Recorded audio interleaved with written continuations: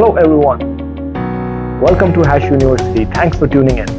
Today, I decided to present my critique on this interview of Mr. Elon Musk. Recently, I think a couple of days back, he appeared for an interview, Austin, Texas Tesla factory, and they talked about various aspects, various topics, Twitter, autonomous cars, and his view on OpenAI. It's a pretty good interview, actually. You will learn a few things about how he thinks about all these topics. One of the things he said about autonomous cars, this topic, which is so common, the cars are so common that we all use, that I found it's kind of off. It was off in a way, the way he presented the business model of the Tesla cars going forward in future. So what he said was, the Tesla cars, when they go full autonomous, is going to be much more valuable, about 5 times more valuable. He presented some numbers such as, oh, in a week there's 168 hours. Out of those, you at the most drive about 10 to 12 hours.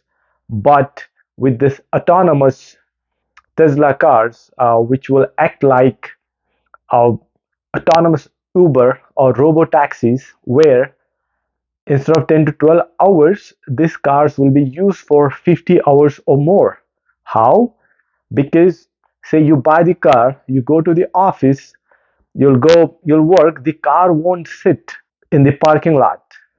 It is going to go around because autonomous car, and it's gonna drop people around, and whatever revenue will get generated, it will be shared with people, the owner of the car, maybe 50-50, maybe 70-30, or whatever they decide. I found this little weird because cars are something, personally, I use my car not only for commuting. I use my car sometimes as a little office, sometimes as a separate room. I take my sometime during lunch hour, I take a nap in my car in parking lot. So car is not only a means to commute. When if I think, if this model becomes universal, that they won't allow you, or they make the car, say, so pricey that you have to follow this model. I mean, that's how the governments do, right? They make, they have these tools and strategies to make people fall into their schemes, the way they want to govern people or earn money or tax you, right? So it feels so difficult that i'm I don't have my car where I'm keeping all this stuff. Like, say, as I said, I use my car as a extra room for me. Actually, I go to the office, I keep my gym clothes or my sports kit. So what happens after I'm done with the office, I change my clothes in the car and I go to the gym or I play the sports, whatever, and I then come back home. I don't have to drive back home, then change, and then go again. It saves me a lot of time. Not only that, I'm storing some of the important paperwork, I'm storing sometimes food items, so that when I get hungry, I'm eating these dry fruits from my car. I don't have to go and find a place to eat. So it's a lot to do with the convenience, the way people use cars. Especially here, I'm telling you my personal experience, how I utilize my SUV. That's not the only thing. Now, recently, we barely came out of the pandemic. Now, think about this. If you let your car, the car you bought, on a commission basis, and you let people that you don't know their hygiene habits, you don't know what kind of flu or virus they are infected with, let them use your car, basically, what's going to happen? You will end up getting sick more. You won't feel that much healthy.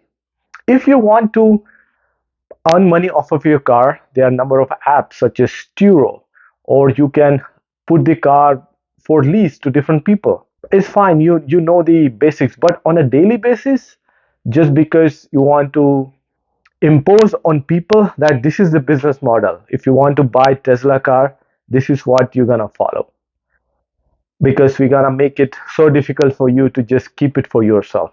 And as Mr. Elon Musk often does, in the name of humanity, he's gonna push his business ideas to different people. Okay, so this sounds like, oh, it's very convenient. You won't see that many cars on the road. Okay, that's fine. So there is a plus point and there's a negative side, but I feel behind this business model there is more negative side than the positive side, right? Someone might say, oh, it's a minimalist approach. Yeah, let's go for it. To tell you, it comes down to the choice. Okay, I should be able to make that choice. If I want to buy a Tesla car, I want it to stay in my parking lot. I want it to be the sole, I want myself to be the sole user of that car. I don't want people to use it. But if the company as like a Tesla, they come up with this is the only business model. If you want to drive or use our autonomous Tesla car, you have to share. No, I'm not gonna do that. I'm not gonna buy a Tesla in that case.